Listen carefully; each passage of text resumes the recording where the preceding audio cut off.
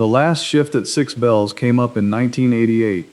Men stepped out of the cage into an ordinary afternoon. Some of them had been going underground since they were 16. They handed in lamps that had been signed out for decades. The winding gear turned, stopped, and was never started again. Within 2 years, the headframe had been cut up and carted off. The buildings came down after that, brick by brick, into skips. What was left sat flat and black beside the Ebofash. Nobody in Abertillery expected anything to grow on that ground. They were wrong, and it took about 30 years to show.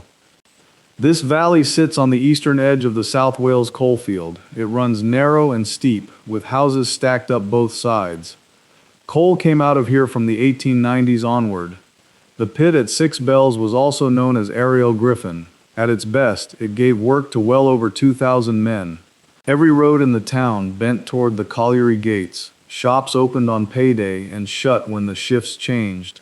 The river below ran black with coal dust and washery waste. Nothing lived in it, and nobody in the town thought that strange. Plenty of people here had never seen a fish in the Ebfach.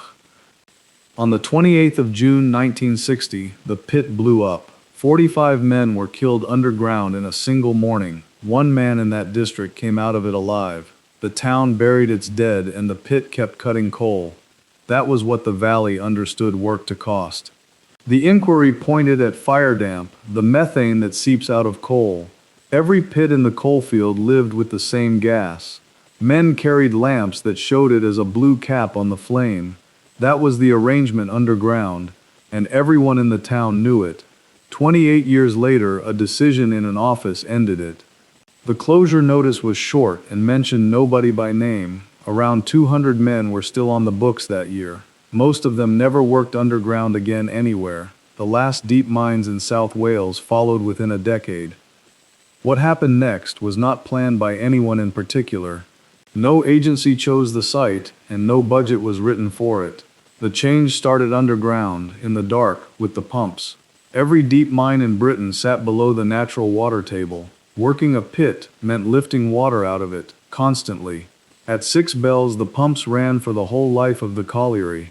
They pushed thousands of gallons an hour up to the surface. When the mine shut, the power to the pumps was switched off. Water began climbing through roadways that men had walked that spring. It moved slowly, a few meters a month in some places. It filled the lowest levels first, then the ones above. Nobody standing at the surface could see any of it. The rebound took the best part of 15 years to finish. Engineers tracked the level through boreholes drilled for that purpose. Water in an old mine does not sit still or stay clean. It moves sideways through faults into workings that were sealed separately. Pits that never connected on paper connect through the rock. That is why one closure can push water out somewhere else entirely. Above ground, the site looked like a wound for years. Colliery spoil is crushed shale, sandstone, and coal too poor to sell. It holds almost no nitrogen and very little phosphorus. Rain runs straight through it and off the slope in minutes. On a hot day, the black surface passes 50 degrees. In winter, it freezes hard, thaws, and shifts under your boots. Farmers looked at the tips and saw ground worth nothing. Botanists later looked at the same ground and saw the opposite. The first plants in were the ones that need almost nothing. Mosses took the damp seams between blocks of broken shale. Lichens worked across the stone at a millimeter or so a year. Coltsfoot came up through bare grit before anything else flowered. Its yellow heads open in March, before it grows any leaves. Then came bird's foot trefoil, which fixes its own nitrogen. That trick matters where nitrogen is the one missing thing. Willowherb seeded in on the wind from the roadside verges. Silver birch followed, then goat willow along the wetter edges. None of it was planted, and none of it was watered. If ruined ground coming back is your kind of story, subscribe now. It keeps this channel finding sites like this one. Good soil is a problem for a great many rare plants. Feed a field and a handful of vigorous grasses will take it. They grow tall, close over, and shade out everything slower. Colliery spoil never gets fed, so that never happens on it. The ground stays open, thin, and bright for decades at a time. Plants that lose every fight in a meadow can hold their place here. Orchids are the clearest example on old coal ground in Wales. Their seeds weigh almost nothing and carry a long way on wind. Each seed has no food store and must find a fungus to survive. The fungus feeds the seedling through its first 2 or 3 years. Those partnerships are common in poor ground and scarce in fed fields. Bee orchids turned up on tips across the coalfield through the 90s. Common spotted orchids came in their thousands on some old sites. Marsh helleborine took the flushes where mine water seeped out slowly. None of these are weeds, and all of them arrived unaided. The charity Bug Life has spent years making that argument in public. Post-industrial ground in Britain holds species that farmland has lost. The reason is dull and comes down to nutrients and disturbance. Insects found the tips well before most people were looking at them. Bare warm rock is a scarce thing in a wet country. Solitary bees need it, and Britain has more than 200 species of them. They dig short burrows in loose ground and stock them with pollen. A south-facing spoil bank gives them heat, drainage, and open soil. Bird's foot trefoil then brought the dingy skipper in behind them. It is a small brown butterfly that most people walk straight past. In Britain, it has become a brownfield specialist almost by accident. Old collieries and quarries now hold a good share of its colonies. The grayling did something similar on the driest, stoniest parts. It lands, tips sideways, and vanishes against gray stone. Green tiger beetles hunt the same open patches on warm afternoons. None of this happens on ground that has been plowed and seeded. Reptiles took to the tips faster than to the fields around them. A spoil bank warms up early and holds that heat late. Common lizards bask on stone that no farmer would bother clearing. Adders use the loose rubble for hibernation through the winter. Slow worms live under sheets of corrugated iron left lying about. Ecologists put those sheets down deliberately now, to count them. Kidney vetch came in on the more limey spoil in places. That single plant is the only food the small blue caterpillar takes.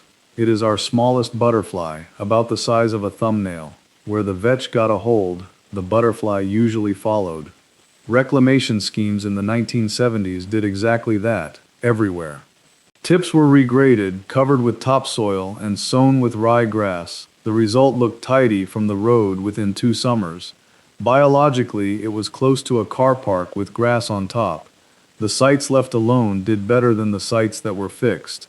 That finding took a long time to be accepted by anyone official. Coal mining moves the ground as well as the plants on it. Take out a seam and the roof above it settles into the gap. At the surface that shows up as dips, cracks, and standing water.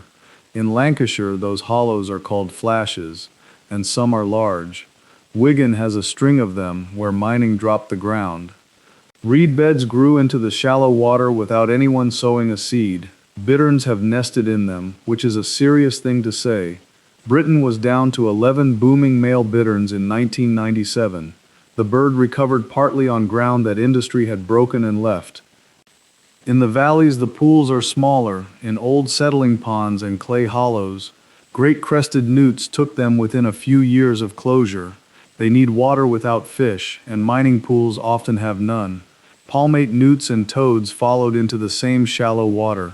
Dragonflies arrived early because the adults fly a long way to find water.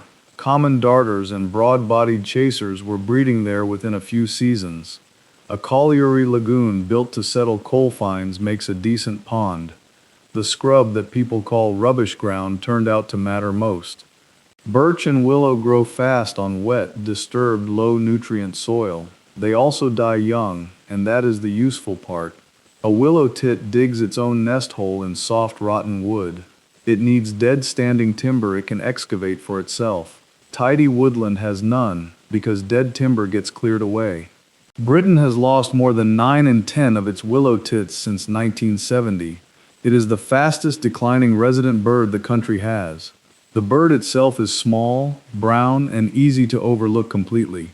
Most people who see one write it down as a marsh tit.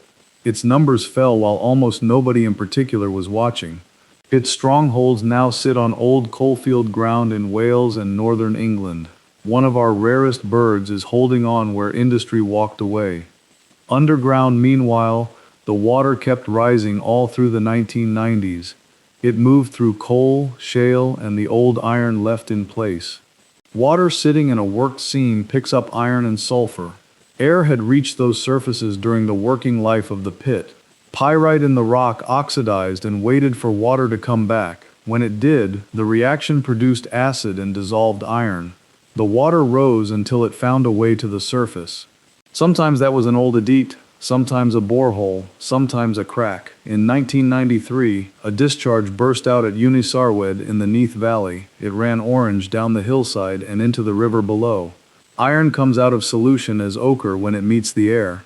That stuff coats a riverbed and smothers everything living in it. The invertebrates die first, then the fish that were feeding on them. Across the British coalfields, hundreds of these discharges appeared after closure. The bill landed on the public, decades after the coal did. The Coal Authority was set up in 1994 to deal with it. Its mine water schemes are simple and mostly run on gravity alone. Contaminated water is collected and slowed right down in a settling lagoon. Iron drops out as orange sludge while the water sits still. Then it passes through beds of reeds planted on gravel. Bacteria and plant roots take out what the lagoon missed. Water leaves the far end clear enough to enter a river. Dozens of these schemes are running across Britain at any moment. Nobody built them as habitat, and they became habitat anyway. Reed beds that exist to filter iron now hold nesting birds. Snipe feed along the wet margins and herons work the lagoons. We make these films every week, and subscribing is what keeps them coming. If you know a site like this one, put it in the comments. The rivers changed faster than almost anyone expected them to. Coal washing had put fine black silt into them for a century. When the washeries stopped, that silt began to move downstream. Gravel came back, and gravel is where salmon and trout spawn. Sewage treatment across the valleys improved over roughly the same period. Salmon were recorded in the Taff again through the 1990s. The Taff had been treated as an industrial drain for 100 years. Sea trout work their way back into several valley rivers. Dippers hunt the fast water on those rivers now, walking under it. Otters spread back across South Wales through the same 2 decades. They had been close to gone from lowland England by the 1970s. Cleaner water and quieter banks were enough to bring them through. The sight changes over completely once the light goes. Bats come out along the tree line where the sidings used to run. Pipistrelles feed low over the ponds where midges hatch in numbers. Foxes cross the open ground on routes they use every night. Nightjars have colonized open ground like this in other coalfields. They nest on bare stony soil and hunt moths after dusk. The male makes a churring noise that carries a long way. People hear it and assume machinery has been left running somewhere. The bats got there before anyone thought to give them permission. A worked-out mine holds a steady temperature all year round. Deep in the rock, it sits near 10 degrees in January. Outside, it might be freezing, and inside it is simply not. Humidity stays high, and there is no wind at all. Those are the conditions a hibernating bat needs to survive winter. Lesser horseshoe bats use old adits and levels across South Wales.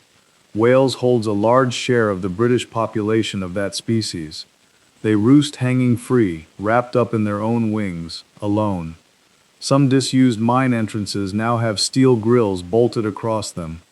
The bars are spaced so bats fly through and people cannot. Several old workings in Wales are protected sites purely because of bats. Tunnels that once carried men now carry nothing but cold air. Above ground, the tips filled with birds that need scruffy country. Wheatears nest in stone piles and rabbit holes on bare slopes. They arrive in March from West Africa and leave again by September. Whinchats use the tall dead stems left standing over winter. Stonechats sit on top of a gorse bush and complain at you. Skylarks took the rough grassland where nothing was ever mown. Meadow pipits nested in tussocks on the regraded lower slopes. Ravens moved onto the quarry faces at the head of the valley. Peregrines followed them, because the same ledges suit both birds. A peregrine will hunt pigeons over a valley town all winter. Some of them nest on chapel towers a mile from the old pit. The red kite is the bird people in Wales point at first. It was down to a handful of pairs in mid-Wales by the 1930s. Every Welsh kite alive descends from that tiny group of survivors. The protection effort ran for decades with almost nothing to show. Then the population began climbing through the 80s and 90s. Kites now drift over these valleys in numbers nobody planned for. They feed on carrion and are not fussy about where it lies. Old coal ground with rabbits on it suits them well enough. Polecats spread out of Wales over that same stretch of years. Gamekeepers had trapped them almost to nothing before the wars. Wales kept the last real population, and it moved east again. Badgers dug sets into the tips because loose spoil drains well. None of this was noticed by anyone in an official position. The people who spotted it first were unpaid and local. Britain has a long habit of amateur naturalists keeping careful records. A man with a notebook walks the same ground for 20 years. He writes down what he sees and sends it to a county recorder. Those cards pile up in a filing cabinet until somebody adds them together. That is how the value of the coalfield tips came to light. Wildlife trusts in Gwent and Glamorgan started surveying old industrial land. The lists that came back were longer than the ones from farmland. The ground does not stay open forever without something to check it. Birch seeds in, grows fast, and shades out the bare patches. Bramble comes behind the birch and closes the last of the gaps. Within about 40 years, a tip can be closed woodland. Woodland is fine, and Britain has plenty of young birch already. The scarce thing is the bare stage that comes before it. That stage lasted far longer here than it would on decent soil.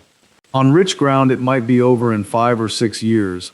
On colliery spoil it can hold for 25 or 30. Managing these sites now means keeping some ground deliberately broken. Volunteers scrape patches back to bare shale with hand tools. Grazing ponies do the same job on the larger sites. The work looks like vandalism to anyone walking past it. A year on a spoil tip has a shape of its own. March is Coltsfoot and the first wheatear back on bare stone. May brings the orchids up through gravel with no soil around them. June is the loudest month, with bees working the trefoil all day. By August, the ground bakes and grasshoppers take over the noise. September empties out as the migrants head south again. Autumn rain runs orange in the ditches where iron is still moving. Winter strips it back to black shale and standing dead stems.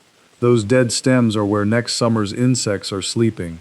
Tidying them away in October costs you the following June. England has the clearest example of what this ground can hold. Canby Wick in Essex was cleared for an oil refinery in the 1970s. Sand dredged out of the Thames was dumped across the whole site. The refinery was abandoned and the concrete pads stayed where they were. Bug life surveys later recorded well over 1,000 invertebrate species there. Some of them were on the national list of species facing extinction. In 2005, it was protected as a site of special scientific interest. That made it the first brownfield site in Britain to get that status. People had been calling it waste ground for 30 years. Germany went through the same closures on a far bigger scale. The Ruhr lost its collieries and steelworks across the same decades. Instead of clearing every site, planners there kept the structures standing. Duisburg has a public park built inside a dead ironworks. Blast furnaces are climbing frames, and a gas holder is a diving tank. The Zollverein Colliery became a World Heritage Site in 2001. Germans have a word for what grows on ground like that, Industrienatur, meaning the nature that industry made without meaning to. Surveys of Ruhr slag heaps have turned up hundreds of plant species. Many arrived as seed in imported ore, timber and ballast. Britain cleared most of its sites and Germany kept most of theirs. Both ended up with wildlife, but only one kept the buildings. Conservation in Britain was built around protecting what was already there. Ancient woodland, chalk grassland, raised bog, old hay meadow. Coal tips fit none of those and had no earlier state to restore. There was no historical condition to aim a site back toward. That made them awkward for a system built on reference points. The species themselves did not care about the paperwork. They were using the ground because the ground worked for them. Policy took about 20 years to catch up with the animals. Parts of the old coalfield now carry formal protection for wildlife. Sites of importance for nature conservation were mapped across Gwent. Some of the entries on that map are former colliery ground. Planners have to take them into account when an application arrives. That is a real change in how the valley sees itself. Land that was written off is now land with a constraint on it. Wales has more than 2,000 disused coal tips on its records. Several hundred sit in the highest categories for risk of movement. In February 2020, Storm Dennis moved part of one at Tylerstown. Around 60,000 tons of spoil slid into the valley bottom. Nobody was hurt, and the memory of Aberfan did the rest. In 1966, a tip above Aberfan came down onto a school. 144 people died, and 116 were children. Wales does not treat an unstable tip as an abstract risk. Making a tip safe usually means regrading it and covering it over. That work destroys the exact conditions the rare species depend on. Both things are true at once, and the money is finite. Ecologists now ask for surveys before the machines get there. Some sites can be made stable while leaving bare ground exposed. Others cannot, and those calls get made one hill at a time. Nobody in this argument is being unreasonable, which makes it harder. People in Abertillery had opinions about the colliery site itself. A cleared pit is a strange thing to live beside. It is flat ground in a valley where flat ground is rare. Proposals came and went through the 90s without much money behind them. The land was eventually laid out as a park called Arael Griffin. Paths were cut, trees were planted, the grass left rough in places. Then came a long argument about what to put in the middle. The answer was a sculpture of a miner, 20 meters tall. Sebastian Boyesen designed it and built it out of steel ribbons. From a distance, the figure looks solid and dark against the sky. Close up, you can see straight through his body to the hillside. The steel has rusted to the same color as the ground. It was unveiled on the 28th of June 2010. That date was the 50th anniversary of the explosion below. Families of the 45 men stood there while it was uncovered. The figure faces up the valley, toward where the shafts were sunk. Coaches stop for it now, which nobody expected at all. None of this repaid the valley for what closing the pit did. Abertillery lost its largest employer and never fully replaced it. Wages in the valleys sat below the Welsh average for decades. Young people left for Newport and Cardiff to find work. Health in the old coalfield still lags behind most of Britain. A butterfly on a spoil bank does not fix any of that. The two things sit in the same valley without canceling out. People here are usually clear-eyed about the difference between them. They will tell you the park is good and the jobs are gone. The park does get used, which is more than many schemes manage. Dog walkers cross it in the morning and again at dusk. Children ride bikes on paths laid over the old washery floor. Flat ground in a steep valley gets used for everything. Mountain bike trails opened at Silham Carn on Forestry a few miles south. Walkers follow ridge paths that miners used as shortcuts to work. Some of those routes are older than the collieries by centuries. Schools in the valley bring children onto the site now. They pond dip in water that once carried nothing but coal finds. A generation is growing up here with no memory of the pit. To them, the park is the flat green bit beside the road. The men who cut the coal find that hard and funny at once. A winding wheel is the memorial in a dozen valley towns. They get painted, planted around, and photographed by people passing through. If you have got this far, you probably want the next one. Subscribing is the whole thing that decides whether we make it. Men who worked the last shift are in their 60s and 70s now. A few of them walk the park most weeks without making anything of it. They can point at where the baths were and where the lamp room stood. Capped shafts across the coalfield are marked with a ring or a slab. Grass grows over the caps and has to be cut twice a year. Skylarks nest within 100 meters of where the cages ran. Compare an aerial photograph from 1988 with one from today. The first shows black ground, sheds, rail sidings, and a spoil run. The second shows green, and it takes a moment to place the road. Valley sides that were gray with dust carry trees again. Water that ran black now runs the color of weak tea. Herons stand in it, which tells you there is something to catch. Kingfishers work the pools below the old outfall in summer. 50 years ago, that would have been a joke in artillery. The sound is the part that people who were there mention most. A working colliery ran a low mechanical noise around the clock.